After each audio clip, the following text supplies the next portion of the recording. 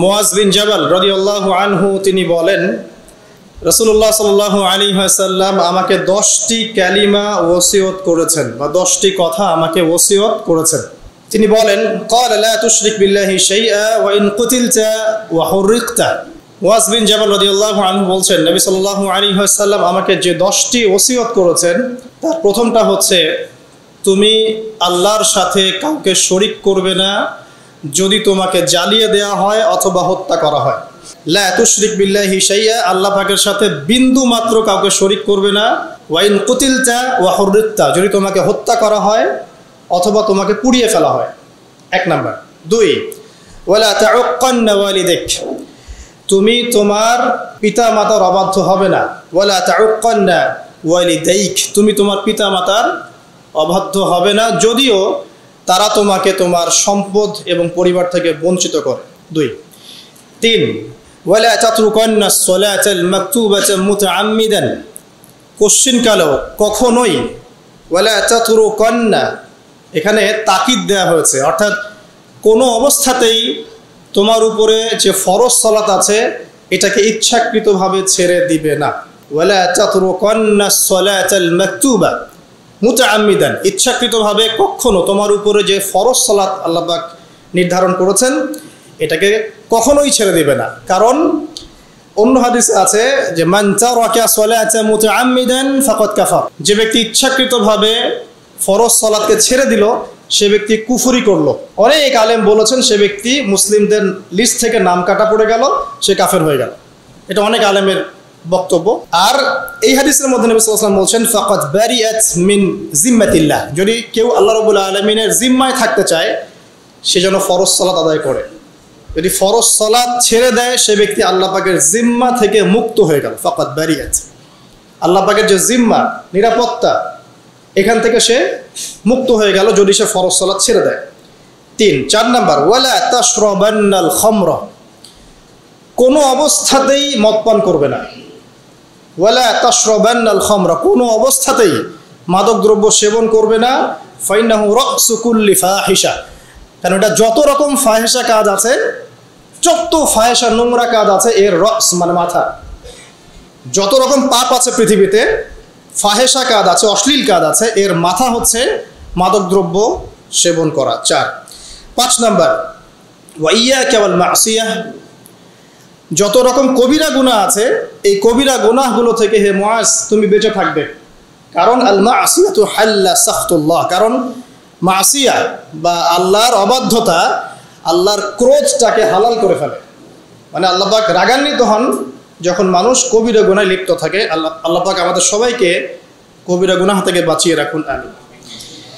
6, ওয়া ইয়াকা ওয়াল ফিরার মিনাস সাহফি ওয়া ইন হালাকান নাস, যুদ্ধের মাঠ থেকে কখনো পালিয়ে যাবে না হে মুআজ। যদি দেখো তোমার জীবদ্দশায় মুসলিমদের সাথে কুফফারদের জিহাদ হচ্ছে, যুদ্ধ হচ্ছে, তাহলে যুদ্ধের মাঠ থেকে কখনো পালিয়ে যাবে না। ওয়া ইন হালাকান নাস, যদি সমস্ত মানুষ ধ্বংস হয়ে যায়, সবাই ধ্বংস হয়ে যায়, তারপরেও হে মুআজ তুমি যুদ্ধের মাঠ থেকে পালিয়ে যাবে না।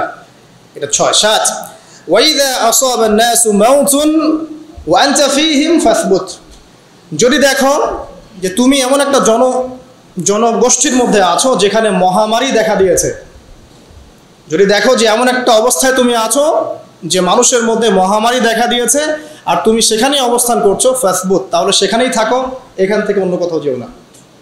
কোয়ারেন্টাইন, বুঝতে পারছেন? তাহলে সেখান থেকে অন্য কোথাও যেও না। 8, ওয়ানফিক আলা আহলিক মিন তাওলিক, তোমার সামর্থ্য অনুযায়ী তুমি তোমার পরিবার বর্গের উপর খরচ করো। আল্লাহ পাক তোমাকে যে সামর্থ্য দিয়েছেন এই সামর্থ্য অনুযায়ী তুমি তোমার পরিবার বর্গের উপরে খরচ করো। 9, ওয়ালা তারফা আনহুম আসাকা আদাবান, পরিবার বর্গের উপর থেকে কোশ্চিনকালেও আদবের লাঠি উঠিয়ে নিবে না। পরিবার বর্গের উপর থেকে কোশ্চিনকালেও কখনোই শাসন বা আদবের লাঠি উঠিয়ে নিবে না। বুঝতে পারছেন কথা? আচ্ছা। 10, ওয়া আখিফহুম ফিল্লাহ, এবং পরিবার বর্গকে সবসময় আল্লাহর ভয় দেখাতে থাকবে। শেষের 3টা হচ্ছে পরিবার সংক্রান্ত, সামনেরগুলো আলাদা আলাদা। শেষের 3টাই কিন্তু পরিবার সংক্রান্ত। 8, 9, 10। 1, পরিবার বর্গের উপর খরচ করো সামর্থ্য অনুযায়ী, তোমার সামর্থ্য অনুযায়ী। 9, কখনোই পরিবারবর্গের উপর থেকে শাসনের লাঠিটাকে উঠিয়ে নিবে না। আর 10, তুমি পরিবারবর্গকে আল্লাহর ভয় দেখাতে থাকবে। এই 10টা নসিহত বা ওসিয়ত নবী করিম সাল্লাল্লাহু আলাইহি ওয়াসাল্লাম মুআজ বিন জাবাল রাদিয়াল্লাহু আনহুকে স্পেশালি করেছেন। এই হাদিসটা পড়তে গিয়ে মনে হলো সকালবেলা যে যদি আমরা সবাই, আল্লাহ পাক তৌফিক দান করুন, যদি আমরা সবাই প্রত্যেক ব্যক্তি, প্রত্যেক মুসলিম যুবক, তরুণ তরুণী, আবার বৃদ্ধ যারাই আছে, এই একটা হাদিসের উপরে যদি আমল করতে পারি, ইনশাআল্লাহ তাআলা এই সমাজে ইসলাম প্রতিষ্ঠা হয়ে যাবে ইনশাআল্লাহ। একটু ব্যাখ্যায় আসি, যেহেতু আমাদের সময় খুব সংক্ষিপ্ত, লম্বা চওড়া ব্যাখ্যার সুযোগ নাই। আর ইনশাআল্লাহ আজকে আমাদের রাতে একটা মাহফিল আছে। লোকেশনটা কোথায়? তালন্দ কলেজ। আপনারা যদি রাত্রেবেলা সেখানে আসতে পারেন, ইনশাআল্লাহ বিস্তারিত কথা বলার সুযোগ পাওয়া যাবে ইনশাআল্লাহ। জুমার সময় একটু সংক্ষিপ্ত থাকে, নামাজের ব্যাপার আছে, তা আমি খুব সংক্ষিপ্ত ব্যাখ্যায় আসছি। প্রথমে আসি এই হাদিসের রাবি সম্পর্কে দুটো কথা। রাবির নাম কি? মুআজ বিন জাবাল রাদিয়াল্লাহু আনহু। দেখুন আজকের খুতবায় এসেছেন, এই হাদিসটা মুখস্থ করে বাসায় যাবেন।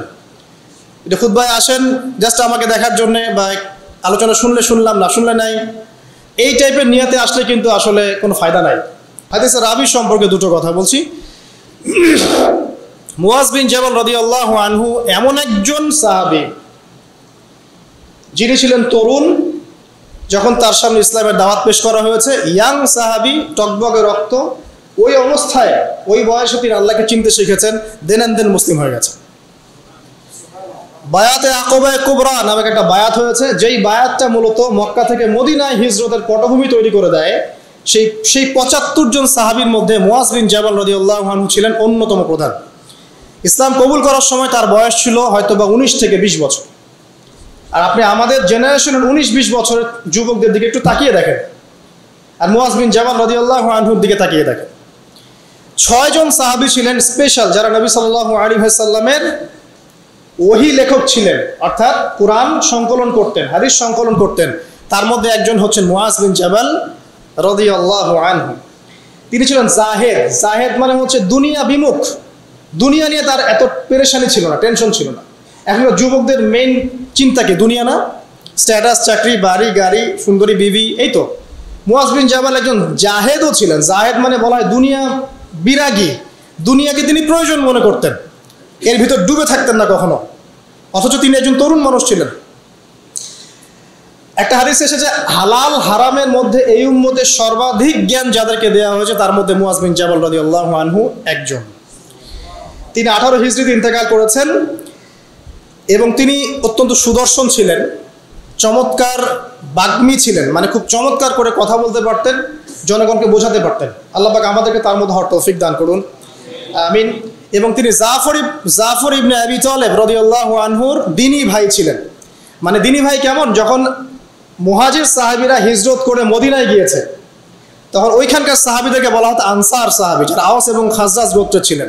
নবী সাল্লাল্লাহু আলাইহি ওয়াসাল্লাম মদিনায় প্রথমে মসজিদে নববী নির্মাণ করলেন, এরপর সামরিক প্রশিক্ষণ, অর্থনৈতিক ভিত্তি শক্ত করা, ইহুদিদের সাথে মদিনা সনদ এবং মুসলিমদের মধ্যে ভ্রাতৃত্বের বন্ধন স্থাপন করলেন।